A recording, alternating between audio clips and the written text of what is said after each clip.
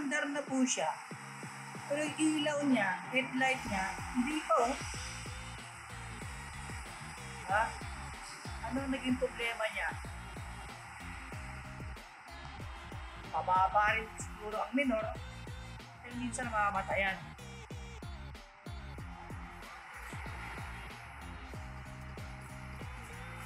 Seconds na, hindi pa rin paano.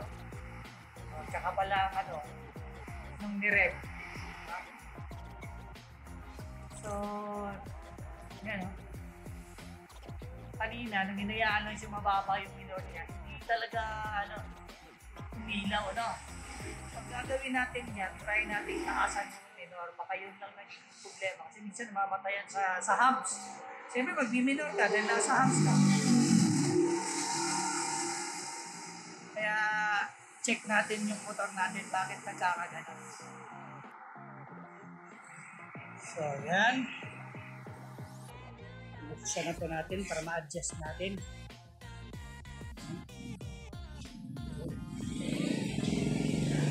Kaya natin i-adjust yung idle na to. Okay. Yan. Yan tayo mag-a-adjust. Try natin. Isarado muna natin yan. And then, kahit mga lang din, kahit mga dalawang ikot or maybe 360 at kalahati or depende. Tingnan natin yung pwede namang dalawang 360. Pwede rin naman yan. Yung iba, ginagawa nila dito, hindi na nila tinatanggal yan, upuan, ganyan. Sa akin kasi, dahil naka-semi lowered to, napakahirap dukot-dukutin. At the same time, dahil 4 years na rin yung motor ko, although pwede ko namang tanggalin yung, ng shock, para bumaba at magawa siya doon. Kaso lang, mas ginusto ko na buksan na rin. Para malinisan na rin. Kasi siyempre, tagal na eh. Tagal na ng motor ko 4 years na yan. First time ko i-adjust yung idle nito. Kaya mas ginusto ko na tanggalin na lang. Yung iba kasi nakikita ko, hindi nila tinatanggal yung upuan. Pwede naman dukutin na lang doon eh. Pwede naman dukutin dyan eh. Actually, yung una kong ginawang entry, nag-adjust ako ng idle, doon ko lang din dinukot eh. Siyempre, iba-vlog natin, mas maganda na rin yung kahit paano kompleto detalye. Tanggal na lang yung upuan para mas maluwag gumawa. So try na po natin try na natin siyang isarado ko muna to. Yan, pwede rin bilangin niya kasi may markings naman o ilan yung pasara. Yan. So, yun ang gagawin natin dyan. Ayan. Sara ko muna to. Kalahati.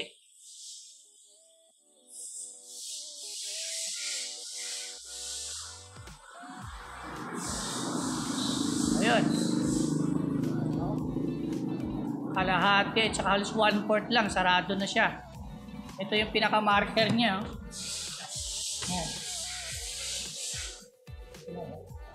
May kulay. Yung buhit na yan. So, pwede na rin tayo dyan. Kalahati. 360.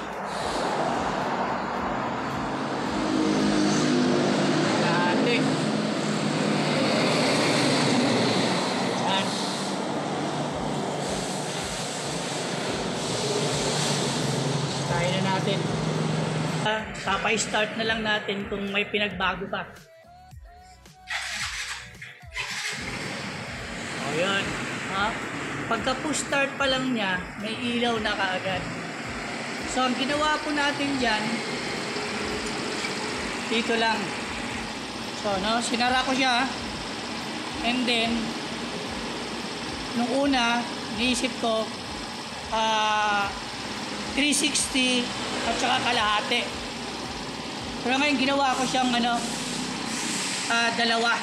dalawang 360. So ito naman yung idle ng dalawang 360. Maririnig yung makina, no? Sakto lang naman, hindi naman ganun kataas. Kasi hindi naman umiikot yung gulong eh.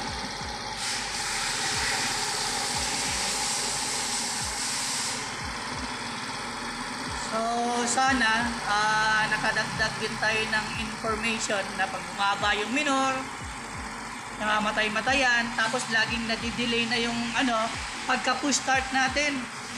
Pag push start natin dyan, hindi agad-agad umiilaw to. So dahil sa ganun po, hindi na po nakatono. Kaya ayaw ka agad bukas yung yung ilaw at saka namamatayan. So yun lang po. Bagong kaalaman sa mga bagito na kagaya din nating bagito rin. Okay ha? Basta pag may problema kayo, namamatayan, and then delay yung ilaw, yung headlight, ganoon lang po, try nyo pong gawin yung ginawa ko. So dalawang 360 po ang ginawa ko, hindi 360 at kalahati, dalawang 360. Dalawang buong ikot. Okay. Sana nakatulong na naman tayo. Sa Mio po ito sa Mio M3 po ito. Yan, M3 po yan. Okay, balik na natin yung upuan.